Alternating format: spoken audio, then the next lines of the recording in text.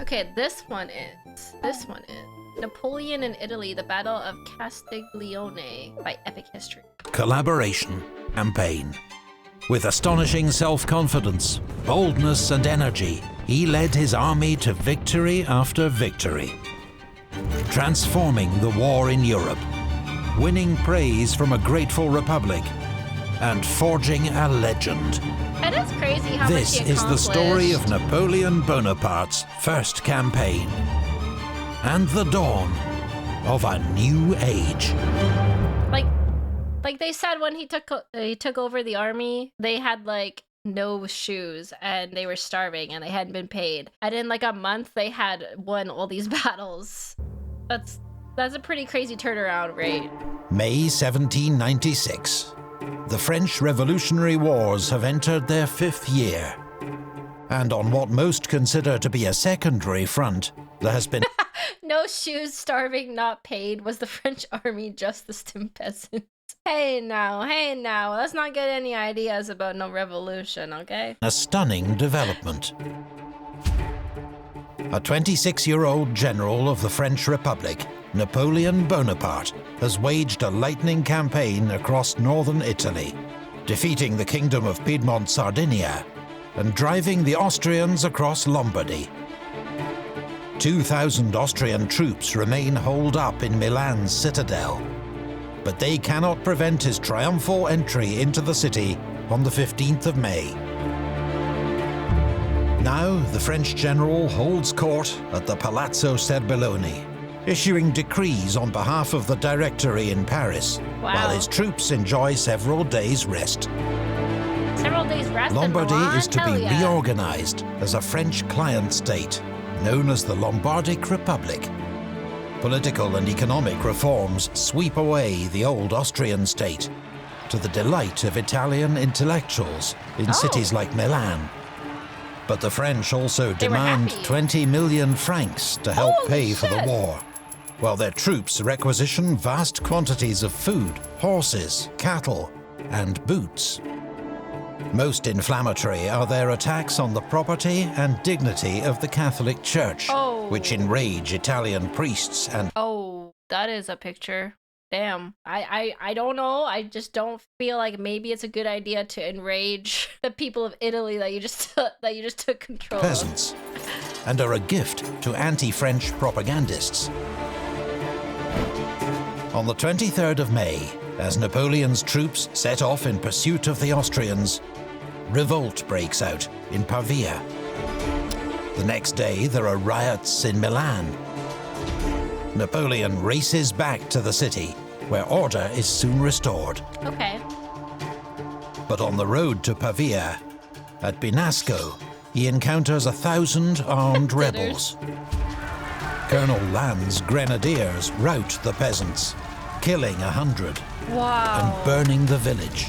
Oh no. A terrible example, which will be effective, Napoleon writes. Wow. Okay, Napoleon. Pavia is retaken the next day, with little opposition. A score of ringleaders, including several priests, are shot. Hundreds Holy of hostages are taken from prominent local families to ensure future cooperation. Oh my god, this got dark? Okay. Holy, he's not messing around. My gosh. Napoleon resumes his advance east. His army now organized into 4 divisions. Kilmain's advance guard, Augereau, So he like set a city on fire, killed a bunch of peasants, shot their priests, took hostages from their main noble families, and was like, now be good. Basically, I'm gonna go take over here. You guys be good. Wow. Okay. Enna, and Serurier. General Berlioz's Austrian army holds the line of the Mincio River, with Lake Garda on his right and the great fortress of Mantua on his left. This, together with the fortresses at Peschiera, Verona, and Lagnago, forms the famous quadrilateral. 4 bastions that cement Austria's grip on northern Italy. But once more, Beaulieu can't get a read on Napoleon's movements. He scatters his troops, trying to defend 4 potential crossing points, and is further distracted by fake preparations to cross Lake Garda by boat. Napoleon can't make the excuse of, I'm just a girl, unfortunately. In fact, Napoleon has decided to cross the Mincio at Borghetto. And when Kilmain's advance guard arrives, they find the bridge... Napoleon was always making fake boats, holy shit. Hey, if it works, you know, if it ain't broke, don't fix it, you know? Defended by a single battalion of infantry and handful of hussars. The Austrians are soon driven back, but a sudden counterattack nearly bags General Bonaparte himself. Oh. A possibly dramatized account has him hopping over fences with one boot on to evade the hussars. This lucky escape leads to the formation of an elite cavalry detachment to act as Napoleon's personal escort. Damn, they look cool. They are named the Compagnie des Guides à Cheval. Ooh. Their commander is a young cavalry captain named Jean-Baptiste Bessières. In time, this unit will become the famous Chasseurs à Cheval of the Imperial Guard, the Emperor's ever-present bodyguard on campaign. Wow, they look cool. Look at that drip. Look at that outfit. Dang, they look really cool. The fuzzy hats go hard. I like the fuzzy hats. I also like the, what's it called? Like the gold on their jackets and the stripes on their pants. It's such a fit. I want those pants real bad. They look so cool. Yeah, the trim on their jackets. It looks like, I don't know. It looks cool. Hussars in this era mocked everyone. Yeah, the winged hussars. Is this the same era as the winged hussars? Very cool. Also, the horses look really nice.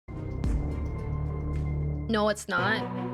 Is that after this? Oh, it was earlier. Or was it later? Nobody knows! Wait, was it earlier or after? The winged hussars, 17th century, 1600s. This is, what, 1796-ish? So, it would have been 100 years ago-ish. Poland doesn't exist at this point. Ah, almost 200 years. Okay, it would have been like 200 years earlier. A hussar uniform model would be a great idea. Oh my god. I watched a video about the winged hussars, not really what they did for the time period, but like how they worked, and it was really cool. I have to provide for the defense of Mantua, the key to Italy. General Beaulieu. Taken by surprise by the crossing at Borghetto, Beaulieu begins a withdrawal to a new defensive line in the Adige Valley. However, at Mantua, he leaves behind a reinforced garrison, well supplied and ready to withstand a siege of at least 2 months. 13,750 soldiers as a garrison is a lot. Napoleon cannot bypass Mantua. Its garrison is too powerful. But the fortress city will be a tough nut to crack. Its old walls surrounded on 3 sides by a lake and on the other by malarial marshland. I love old cities like this that were built on lakes for, like, I guess would have been strategical defense. They look so pretty. They look so cool. Most unhealthy place in Italy, Napoleon tells the Directory. His biggest problem is his lack of heavy siege artillery. Yeah. Most of these guns are in Milan, bombarding the Austrians, still holed up in the citadel. More guns were supposed to arrive by sea, but have been intercepted by British warships, commanded by a certain Commodore Horatio Nelson. Nelson! Oh, okay. Since April, Napoleon has launched 3 successful offensives, marched more than 200 miles, and won 10 battles. Wow. But finally, outside the walls of Mantua, he is brought to a halt. And the demands on his limited force are growing. Oh, he's pretty spread out. He must maintain the siege of Mantua, even though its guns outnumber his own and no direct assault can be made. He must protect his lines of communication back to France and guard against further revolt in Lombardy. And he must be ready to face the Austrians, who are receiving reinforcements from Germany and will soon counter. So is his communication to Paris, how is that? Like messengers on horseback? Is that how they're communicating? Yeah, okay, yeah. Wow. That's a lot of horseback riding. Attack. And you better hope your messenger doesn't get caught. To add to his problems, the French Directory demands that he lead an expedition to central and southern Italy. He's to threaten military occupation unless these states cough up huge sums to help fund the French war effort. Oh. Napoleon vehemently opposes the idea. Marching troops the length of Italy in high summer, he warns, will end in sickness and death. Heat stroke. Fortunately, strong words alone persuade Naples to sign an armistice. And in the end, Napoleon doesn't even have to go as far as Rome. The French march through the Duchy of Modena, the Papal States, and the Grand Duchy of Tuscany, raising more than 40 million francs in tribute from states that are powerless to resist. 40 million? I gotta assume that's a lot of money. Holy cow. Napoleon dines in Florence with the Grand Duke before returning to Milan.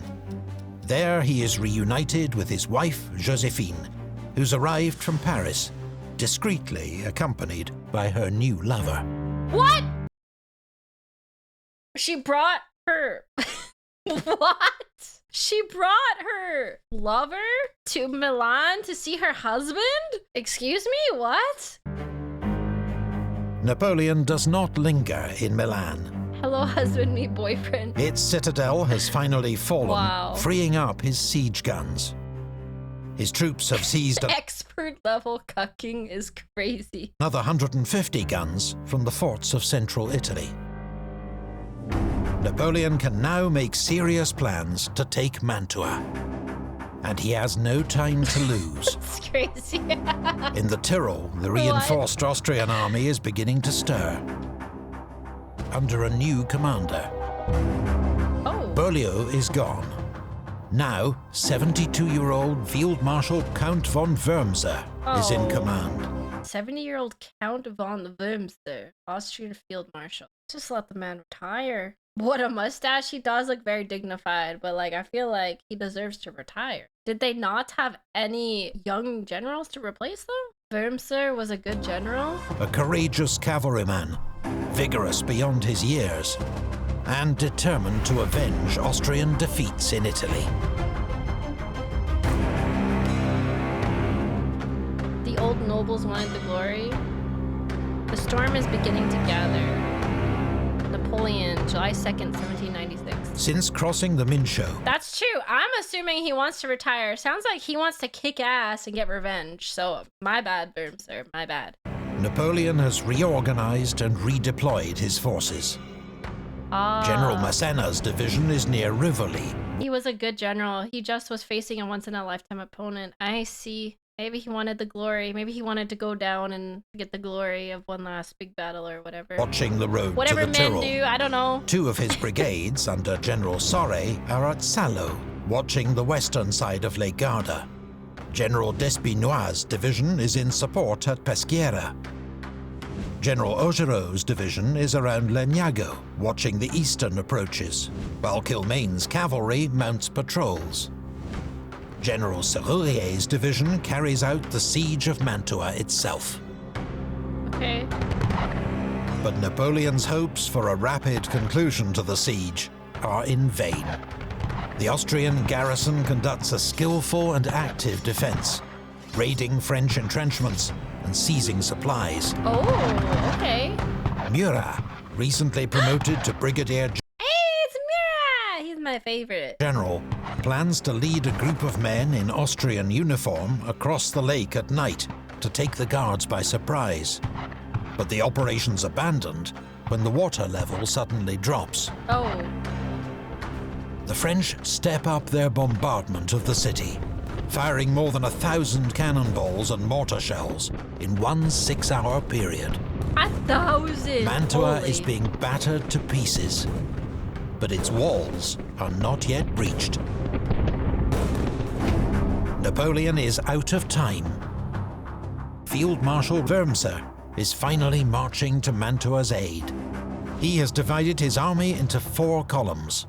2 central columns are advancing down the Adige Valley that's a lot of soldiers. directly towards Mantua. 24,000? Another column to the east is making a wide flanking march, while a 4th column, under General Kostanovic, advances down the western shore of Lake Garda, Wow. planning to 18,000. seize Brescia and cut Napoleon's line of retreat. Massena comes under heavy attack and, severely outnumbered, abandons Rivoli and begins a fighting retreat. As soon as the news reaches Napoleon, he races to Castelnuovo, ordering Augereau, Despinois and Kilmaine to join him as fast as possible. But suddenly, it is Kostanovic's column that's emerging as the greatest threat. General Saue's troops at Salo are heavily outnumbered.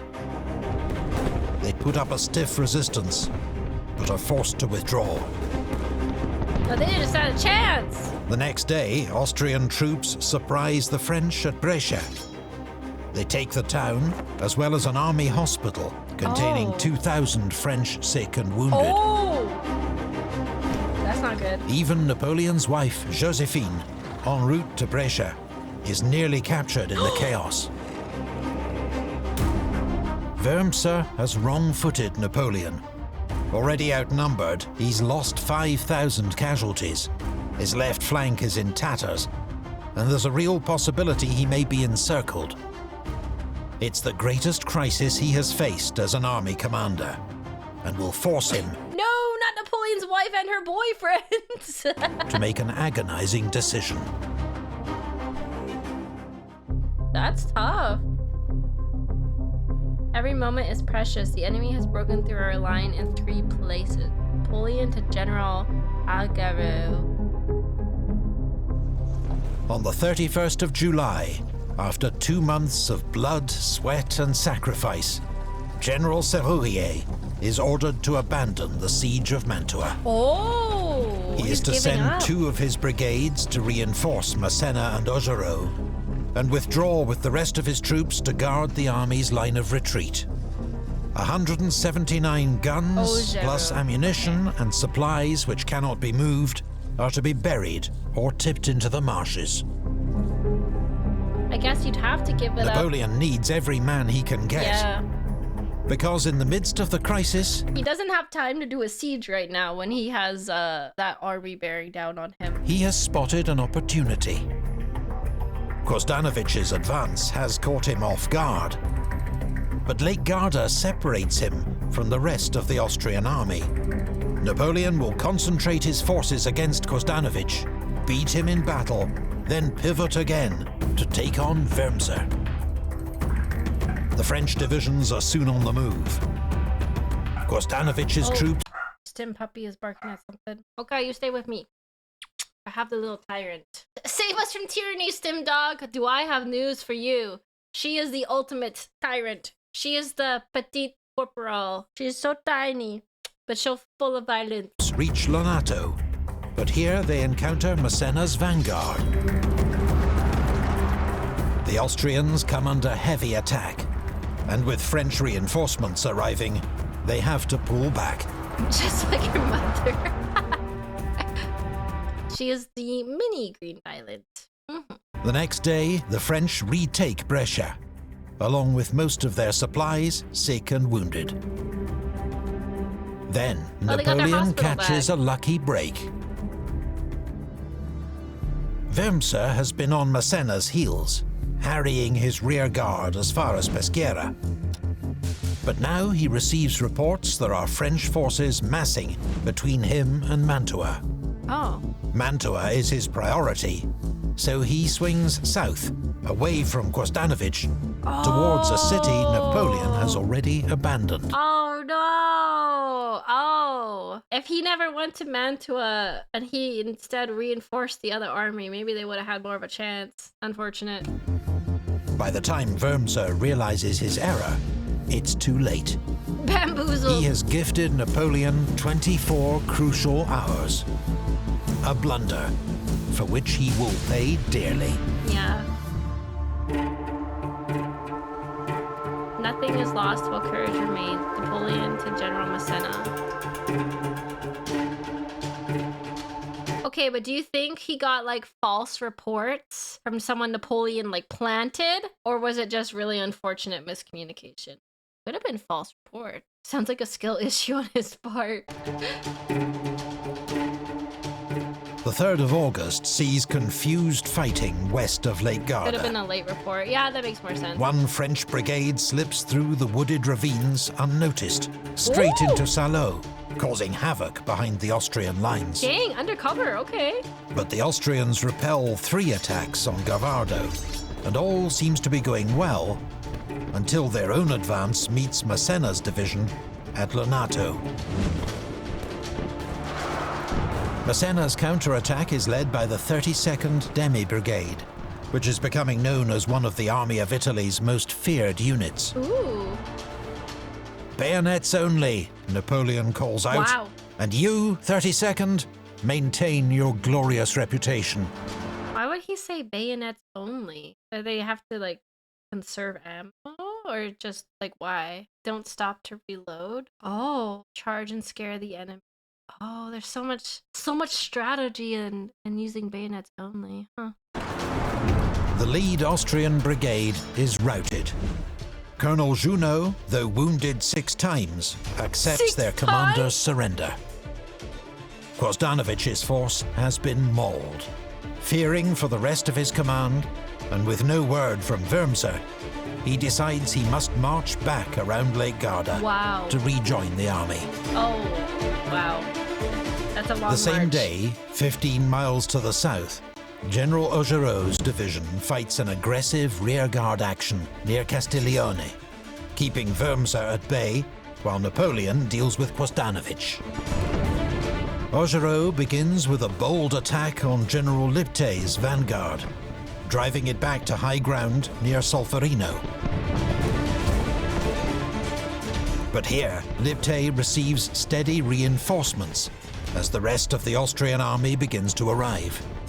Also, if the enemy just starts charging you with bayonets, something isn't right. Morale shock is big. Yeah, that would be scary to see an army charging at you with bayonets, like yelling and screaming. I would be like, okay, that's scary. Knowing me and my survival instinct, I would just stand there frozen like a deer. Conserve ammo, also prioritize taking ground over taking time to shoot. That would be very, yeah. That would break my, what's it called? Leadership. Augereau keeps up the pressure, preventing an Austrian advance. We know small prey animal. And though there's a late scare when enemy cavalry sweep around his left flank, they are unsupported and soon pull back. For Augereau and his men, it is a long day of heroic action against a superior force, one which Napoleon will never forget. 12 years later, as emperor, he will make Augereau Duke of Castiglione, and always remind his critics, he saved us that day. Wow, okay. Nevertheless, by nightfall, Augereau's division is at breaking point. Our soldiers are exhausted from fatigue and hunger. If you don't send me reinforcements, I won't be able to hold out. That's been a lot of fighting. Next morning, French troops renew the attack on Gwozdanovich and quickly discover he's beating a hasty retreat. A major disaster is narrowly avoided when 3 lost Austrian battalions stumble into Napoleon's headquarters at Lonato. They call on the general to surrender. Napoleon responds by loudly ordering his grenadiers and artillery into position, then demands that the Austrians surrender to him or be put to the sword. Wow. It's a bold bluff. Few of his troops are anywhere near. But the Austrians meekly lay down their arms. Imagine being those Austrians, like, oopsies. Is this, oh, wait, is this Napoleon's headquarters? Oh, my bad. We're just gonna head out. That was a wrong turn back in that wood back there. As Napoleon swings his army round to take on Wurmser, the Austrian must decide whether to stand his ground or fall back to a stronger line behind the Yeah, Mincio the River. Austrians are very unlucky. He chooses to stay put.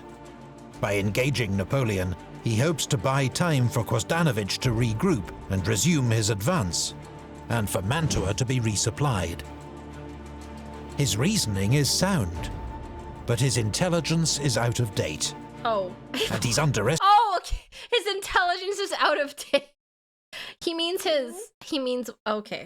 like his updates are out of date. I thought he meant like he was just stupid. I understand now. Estimated the speed at which Napoleon's forces will move. Yeah, his battlefield reports are out of date. That is such a unique insult. Your intelligence is out of date. He's too old. His firmware is no longer updating. For 8 days, we have been in the saddle. We do not want to allow the enemy rest until we have destroyed him. Damn. General Berthier. At dawn on the 5th of August, the Austrian army is 4 miles east of Castiglione, formed up in 2 lines. Its northern flank anchored on the village of Solferino, its southern flank on a well-fortified redoubt at Monte Medolano. Napoleon faces him with Massena's division in the north, Augereau's division in the centre, and Kilmain's cavalry in the south. He's also formed an elite unit of grenadiers and cavalry to be held Grenadiers are always the elite unit. In like every army, it seems. back for the decisive moment. Napoleon doesn't seem to have much of an advantage. Wow, 60 guns? The Austrians had 60 guns versus their 19? Holy. But he has 10,000 more troops converging rapidly on the battlefield. 5,000 under General Despinois, marching from Brescia. 5,000 more under General Fiorella, coming from the south. To buy time for these reinforcements to arrive, and to lure Wurmser out of position, Napoleon orders Massena and Augereau to attack. There is a short exchange of fire. Then the French begin a feigned retreat. The Austrians take the bait, some units advancing off the high ground, while Wurmser extends his right wing, looking to outflank Massena's division. Around 9 a.m., the sound of gunfire from the south alerts both sides to Fiorella's arrival, behind the Austrian left flank. Sneak attack! Napoleon immediately orders Augereau and Massena to attack again, in earnest. Grandpa fell for the oldest Despinois' trick. troops Oh, arrive no. to join the assault. But Napoleon has sprung his trap too early. Oh. Wurmser is not yet fully committed and reacts swiftly. He organizes a new line to fend off Fiorella and hurriedly recalls his right wing. Oh, damn, Wurmser, okay. But he cannot save the redoubt at Monte Medolano. Napoleon's aide-de-camp, Major Marmont, leads forward a battery to blast the position. His guns open a devastating cannonade, clearing the way for an attack. Around 10 a.m., the reserve grenadiers charge forward with bayonets fixed, sweeping the Sheesh. Austrians off the hill. They love their bayonets. Like, it's bayonet this, bayonet that. It feels like cannons and bayonets, baby. Meanwhile, to the north, the 4th and 5th Demi Brigades surge onto the Solferino heights and seize the redoubt before Pozzacatana. What about cannons with bayonets? Grenadiers initially were companies of the tallest, and infantry battalions used to throw grenades, hollow iron balls of gunpowder, but they went out of use. But grenadiers stayed because height is good for bayonet charge. Oh, cannons and bayonets, baby. Actually a hard line, not gonna lie. Carried forward by their momentum, they storm the Solferino tower and village beyond, the shaken enemy falling back in disarray. The Austrians are hard-pressed along the line, and now French cavalry and Fiorella's troops threaten to cut off their retreat. While Napoleon is active, energized, urging troops forward, Wurmser seems to go into shock. What? Really? A French émigré serving with him recalled, "He watched without seeing anything, saying anything, hearing anything. This brave old man, his head covered with white hair, did not think anymore." Oh, that's kind of sad. He just like gave up. Well, I mean, he was probably like, what the fuck is happening right now? I don't even know. This is, I ain't never seen shit like this before. These youngins are doing today. Shock does that. Unk knew it was over. Yeah. I bet he probably thought that there was no chance he was gonna lose, you know? Because he was such a good general. His intelligence was out of date. He just went into shock. He was like, oh shit, what are they doing out there? I don't even know what to do now. Those damn whippersnappers.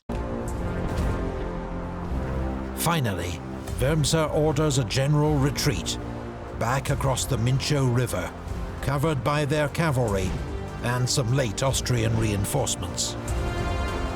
The French pursuit quickly peters out. Wurmser is not one who gave up easily, as you will see later. I remember my grandpa telling me modern soldiers got it easy because back in his day you had to bayonet a dude to get the job done. Ooh, damn, I just got wrecked by someone half my age. Gets to come to terms with it, yeah. After a week of forced marches in stifling heat, with little to eat or drink, Napoleon's men are close to collapse. But their general is content with what they have achieved.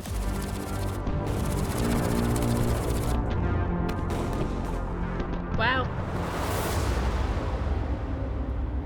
The Austrian army has disappeared like a dream, and the Italy that is threatened is now quiet. Napoleon to the Directory. Wurmser's army finds temporary refuge behind the Mincio River. But Napoleon immediately resumes the attack. Massena is sent north. He's still going at it? Wow. That surprises me. Napoleon's army is barely standing, it sounds like, after all the fighting they've done, and he chases him immediately? To relieve the French garrison at Peschiera and threaten Wurmser's line of retreat. The Austrian general has had enough. After ensuring the garrison of Mantua is fully resupplied and reinforced, he begins his withdrawal to the Tyrol to regroup and rethink. The French nip at his heels all the way. Napoleon has just endured his toughest challenge yet as an army commander. And though initially wrong-footed by his adversary, he's displayed brilliant flexibility and his usual energy to weather the crisis and then triumph. His unusual energy. That does seem to be one of his things that he's good at, is being flexible, changing up his plan on the fly, and being a good leader. Because if you see your leader like all like hyped up, you know, like, yeah, let's go, let's get him, woohoo, you're definitely better, you're gonna follow him more than the old guy who's just like clocked out, you know. But Mantua remains the key to Italy. And while it stands unconquered, the Austrians will do everything in their power to save it. Wurmser will be back. And when he returns, he'll find himself on a collision course with Napoleon, as he launches his own attack on Austria itself. Thanks again to Enlisted for sponsoring this video. Enlisted? Sign up using our link to get the free bonus pack and dive straight into the action. What was that gun with like a cylinder on top of it? That was interesting. I've never seen that before. In war, tempo and momentum are critical. Definitely. A big thank you to PMF Productions for their help creating this series and charting Napoleon's movements across northern Italy.